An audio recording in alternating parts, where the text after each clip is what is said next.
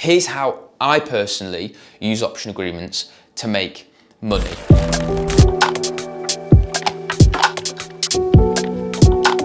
What is up, guys? Welcome back to another video. Today we're talking about option agreements. People call them lease options, some people call them purchase lease options. There's all sorts of names for it, but essentially it is an option contract. And just before I jump into talk about my thoughts and my feelings on it, I'm going to quickly read Wikipedia's definition of what an option contract is. So it says this. It says an option contract is a type of contract that protects an offeree from an offeror's ability to revoke their offer to engage in a contract. Now, it's a bit of a mouthful, it's not very clear.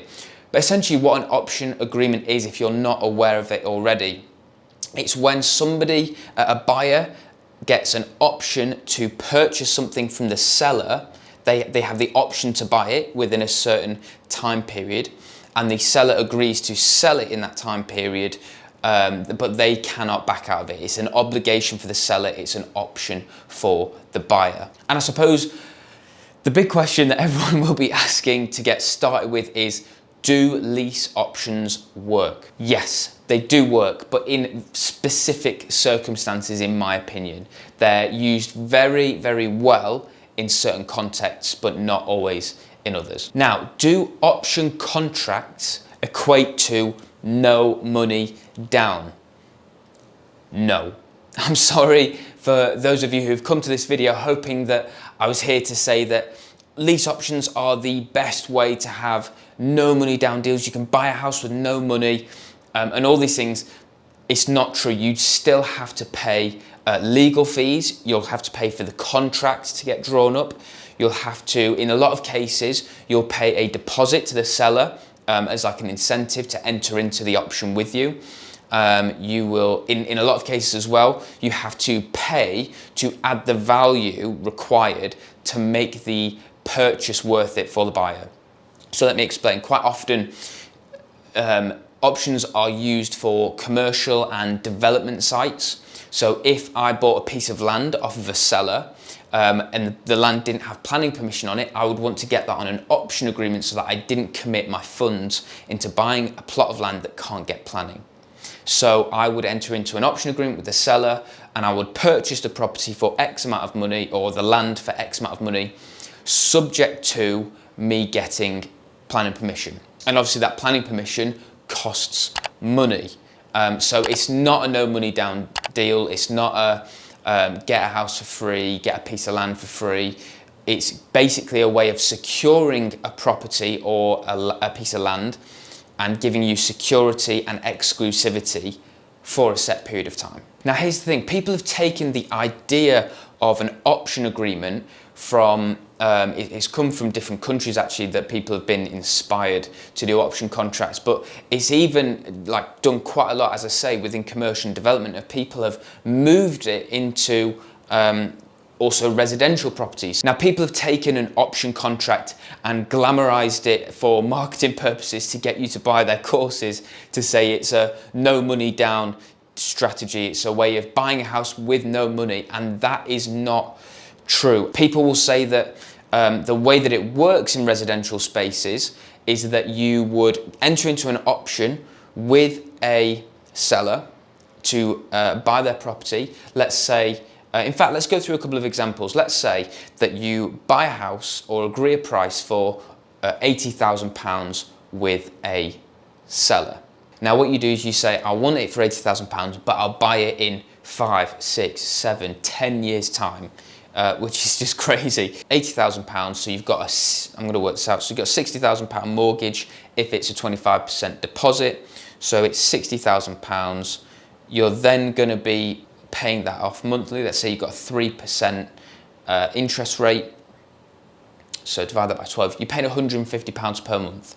Now on an £80,000 property, you'd be looking at really getting a rent around £500 a month. So if you're getting £500, and then you've got a lettings agent that you need to pay 10% to.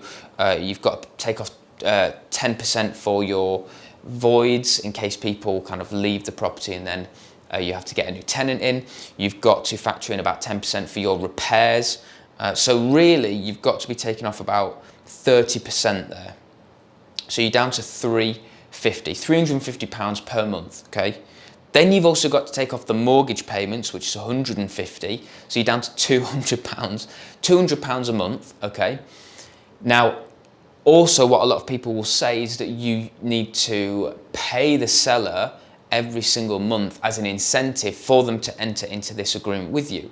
So I don't know how much that would be, like 50 quid, 100 quid a month. I don't know what a seller would be happy with. Let's just say you split this down the middle and you go £100 each. So the seller gets 100 quid and you get 100 quid, okay? Now you times that by 12, you're getting £1,200 per year. Now let's say that you keep every single penny that you make, okay? The £100 every single month, and you save it, you got £12,000 at the end of the 10 years. Obviously, that's not even including tax or anything like that. £12,000. That is not enough money to buy the £80,000 property, okay? Because you'd need at least a 25% deposit, or you assume you would, but you know, 10 years time, who knows? But working off of now, you need a 25% deposit. You'd need a lot more than that. Okay, so it's not a no money down deal. You will need to pay money to buy the property. People say you buy a house with no money. You can't. You can control a property with little money, but you can't buy a property with none. Now, here's the second example that I want to give you. And this is a way that I have personally used option agreements that do work, okay? I can vouch that they work. Not that the other way doesn't work. I've just never done it. And I've never met somebody who has shown me around the properties where they've done it, okay? So I've never seen it done where you get into an agreement with a seller for 5, 6, 7 years and you rent it off them and then rent it out. I've never seen someone do it, okay? Whereas I have seen people do this and I've personally done it myself as well. So this is where an option agreement can work really, really well. Obviously, you've got the getting an option on land and getting planning permission and all that stuff, but moving commercial and developments and all that stuff to one side, I'm talking about residential properties here. Here's how I personally use option agreements to make money. Let's say you've got a property that's worth £120,000, okay? And you secure it on an incredible deal where you negotiate with the seller and you get it down to £80,000, okay? But you've not got the £80,000 or the deposit or the money to purchase this property at £80,000, but you still don't want to leave money on the table. You don't want to lose that deal. You still want to make money out of it. So how do you do that? Well, what I did is you can secure the property, you secure that deal for £80,000 on an option agreement, and then you approach a new buyer, okay? And the option agreement in that circumstance, just to let you know, is what's called an assignable contract, okay? So if I have a contract with the seller that's not assignable, I can't then sell that contract on. Whereas if it's an assignable contract, then that means that I can sell the contract on and sell the benefit of the option to a new buyer.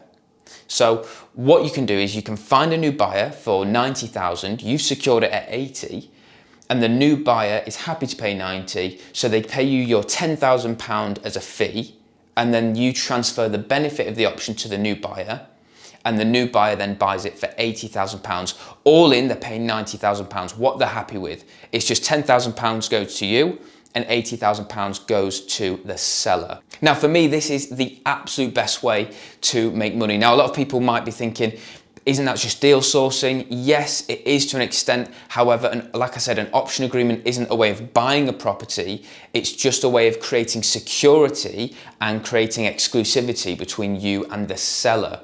So if you can create that contract and put that in place and sell it on, it just means that when you sell it on, it's more of a secure deal.